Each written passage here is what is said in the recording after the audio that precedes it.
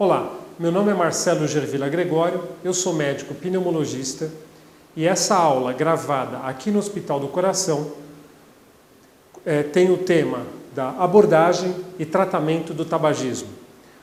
O tabagismo é um problema de saúde pública muito grave e que não deve ser tratado apenas por um especialista. Qualquer médico pode e deve conversar com seus pacientes sobre o problema e, ao perceber que esse paciente, esse fumante, se encontra pronto para receber uma ajuda, seja ela uma ajuda através de terapia cognitivo-comportamental e, se necessário, associação de tratamento medicamentoso, deve se sentir à vontade para fazê-lo. Ou seja, não existe um determinado especialista que é aquele que deve tratar o tabagismo. O pediatra, quando conversa com a mãe ou o pai de uma criança que fuma, deve orientá-lo para que trate o tabagismo. O ginecologista e obstetra, quando faz uma rotina com as suas pacientes, ao saber que elas são fumantes, pode e deve se sentir à vontade de tratar o tabagismo se necessário. Assim, qualquer médico deve se sentir confiante em utilizar o arsenal terapêutico que contamos hoje para o tratamento do tabagismo, sem a preocupação de que ele, ao fazê-lo, estaria exercendo uma atividade que não é pertinente à sua área de atuação. Não. Repito, mais uma vez, todos devem se sentir obrigados, inclusive, assim como nós tratamos inicialmente uma hipertensão, iniciamos o tratamento de um paciente diabético, mesmo não sendo cardiologista ou endocrinologista. Eu, na minha condição de pneumologista, frequentemente vejo que meus pacientes já vêm encaminhados até mim, sejam eles asmáticos, portadores de doença pulmonar obstrutiva crônica, com o início do tratamento. E, obviamente, eu trato dos casos mais graves. Assim,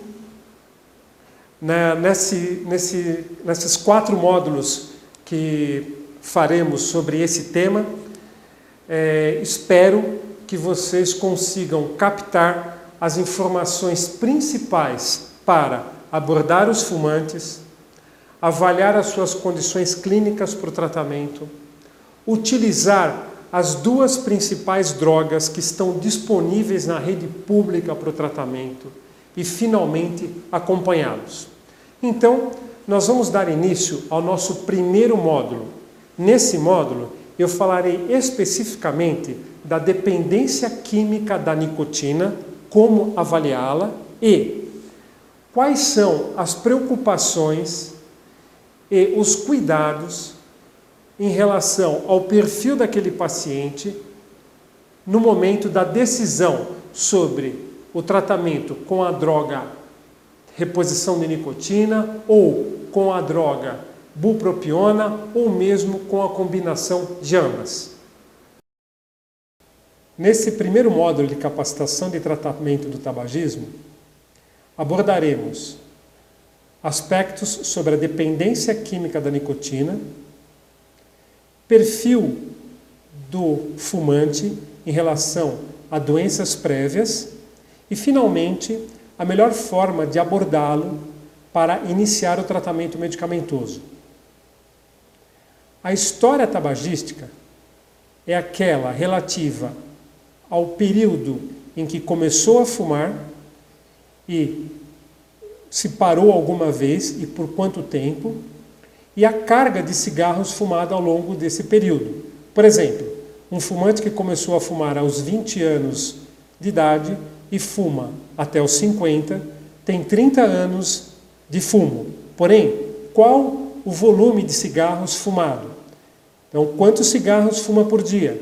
Então, se ele fuma um maço por dia, dizemos que ele fumou 30 maços ano. Por quê? São 30 anos em que diariamente se consome um maço. Então, 30 maços ano. Se ele fumou 2 maços por dia, dizemos 60 maços ano. Isso é uma forma simplificada de fazer a conta para entender, em média, quantos maços por dia esse paciente fumava.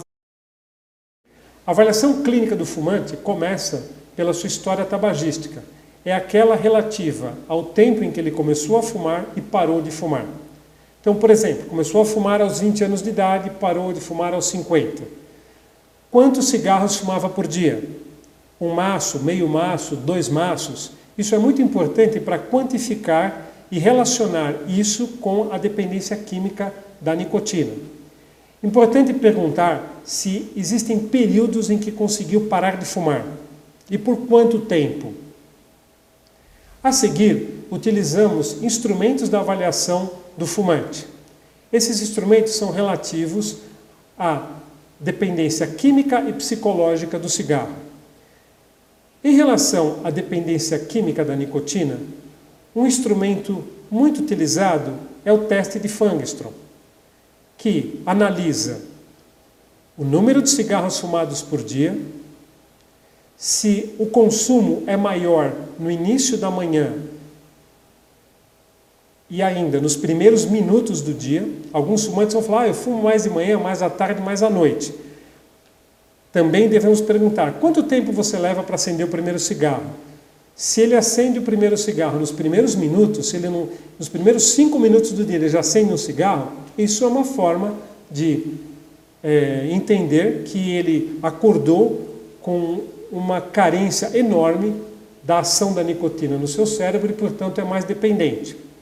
Ainda perguntamos sobre a sua dificuldade em ficar em ambientes em que é proibido fumar, se 1 ou 2 horas nessa situação o deixam ansioso e angustiado.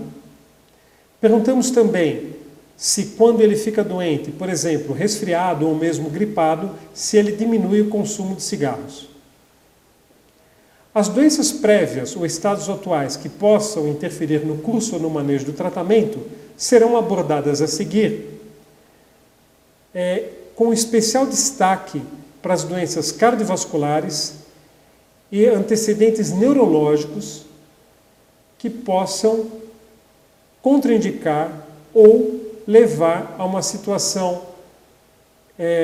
de maior cautela no início do tratamento.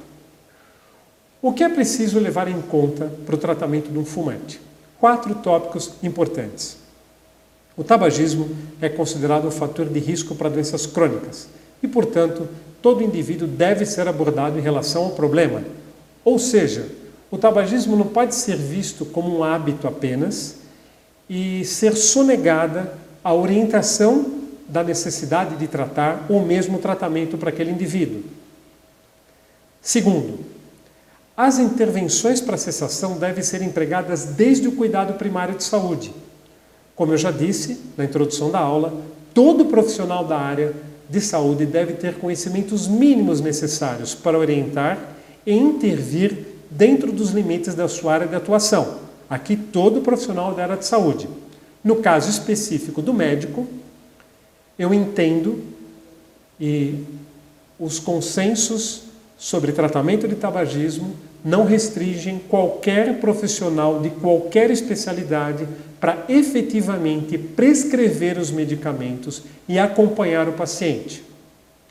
Como escrito no 3º item, independente da sua especialidade, os médicos devem estar capacitados para conduzir o tratamento, incluindo o tratamento farmacológico, juntamente com uma equipe multidisciplinar. E lembrar que deixar de abordar a questão dos malefícios do cigarro e das opções de tratamento caracteriza uma omissão em relação à saúde do indivíduo, considerando que o tabagismo é a maior causa evitável de várias doenças e é considerada uma doença. O que é preciso levar em conta para o tratamento do fumante? Caso haja absoluta necessidade de prescrever medicação de apoio para a cessação do tabagismo, alguns aspectos devem ser observados. Fumantes que buscam tratamento para parar de fumar e não conseguem parar sozinhos, em geral, precisam de apoio medicamentoso para parar de fumar. Mesmo quando são fumantes leves, aqueles com baixa dependência à nicotina, ou quando pertencem a grupos especiais, que falaremos no final, como crianças, adolescentes, dependentes químicos de outras drogas ou pacientes psiquiátricos. O paciente apresenta algum antecedente que exija cuidados especiais ou mesmo possa contraindicar o uso de algum medicamento? Então, com esse slide, o que eu quero transmitir é que o medicamento deve ser usado porque a maioria dos fumantes que não conseguiram fazê-lo até o momento, num país em que a taxa de tabagismo já caiu de cifras próximas de 35% para valores entre 18% e 20%, são aqueles que continuam fumando, são mais resistentes. As campanhas feitas nas últimas décadas atingiram boa parte da população que tinha maior facilidade de se sensibilizar com aquelas mensagens e parar de fumar. São raros os fumantes que não conhecem os malefícios. E a maioria dos fumantes gostaria de parar de fumar e não consegue. Então, se o paciente já passou por consultas em que ele recebeu as orientações sobre os malefícios e recebeu advertências simples e não conseguiu parar, tem indicação absoluta de medicamentos.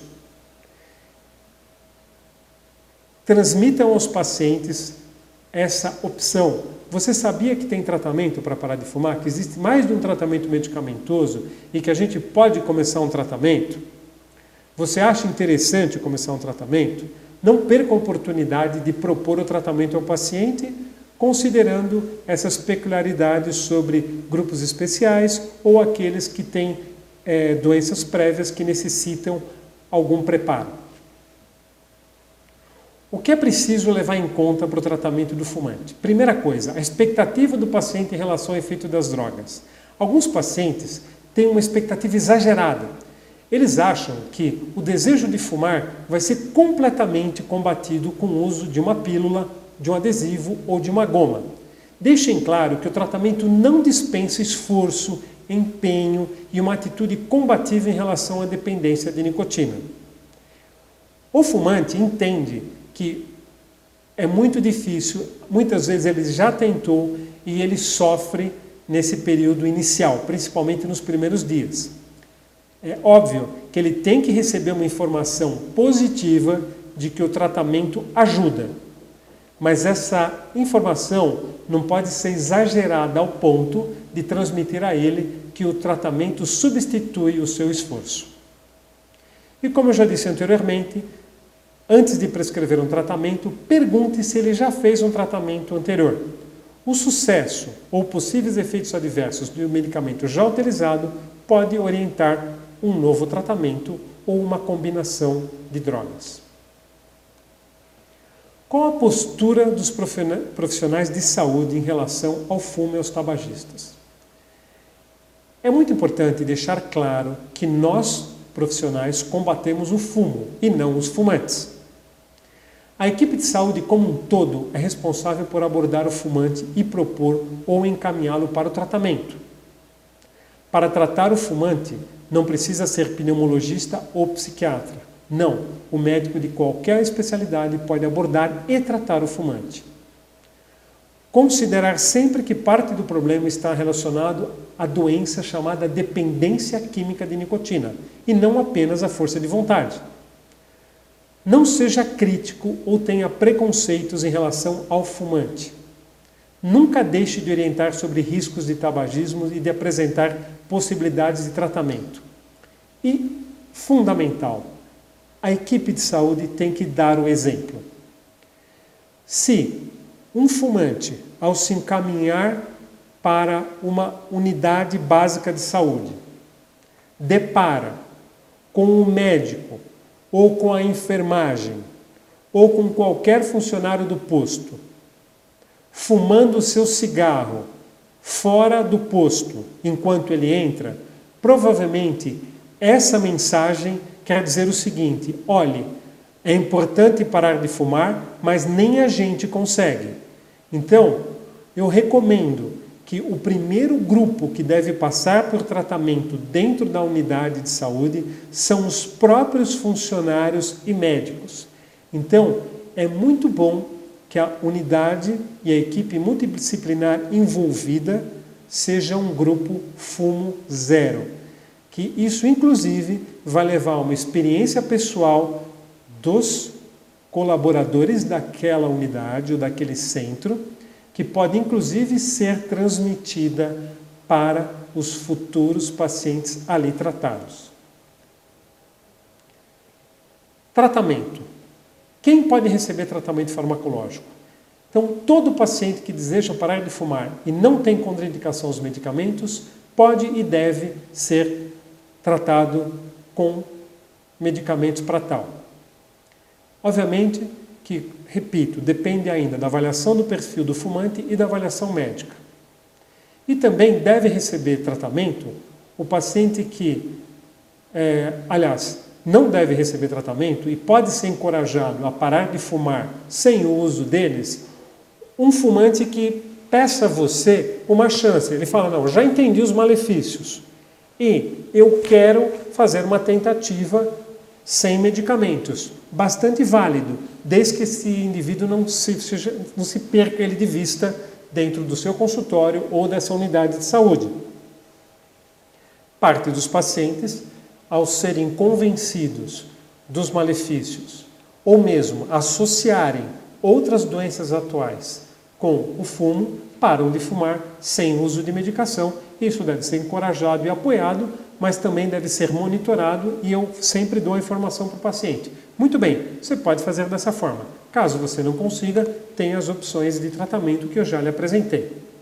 E, finalmente, lembrar que existem populações específicas em que não há evidência suficiente sobre a evidência do tratamento, principalmente gestantes, adolescentes e usuários de tabaco não fumante, os quais falaremos no último e quarto módulo dessa aula. As doenças prévias ou estados atuais que podem interferir no curso ou no manejo do tratamento são problemas como hipertensão arterial, insuficiência coronariana e arritmia devem estar controlados, uma vez que medicamentos com ação adrenérgica como bupropiona e repositores de nicotina podem ser prejudiciais. Transtornos psiquiátricos como depressão maior, ideação suicida e transtorno bipolar podem ser afetados pelo tratamento. Por exemplo, a bupropiona pode descompensar doenças relacionadas aos circuitos da dopamina, como euforia. Epilepsia, ou pacientes com histórico de convulsão, traumatismo crânioencefálico e neurocirurgia, têm risco aumentado de convulsão com a bupropiona. E como eu já disse, a insônia pode ser piorada por efeitos relacionados aos adesivos de nicotina mantidos durante a noite e mesmo a bupropiona quando tomada próxima do horário noturno. Assim, conscientes de que o tratamento deve ser empregado de forma ampla e com algumas restrições apenas, e que todo médico deve fazê-lo, apresentaremos nos próximos 2 módulos 2 medicamentos de primeira linha que estão disponíveis na rede pública para utilização em centros treinados e capacitados para tal. São eles a terapia de reposição de nicotina, nosso 2º módulo, e a bupropiona, 3º módulo dessa apresentação.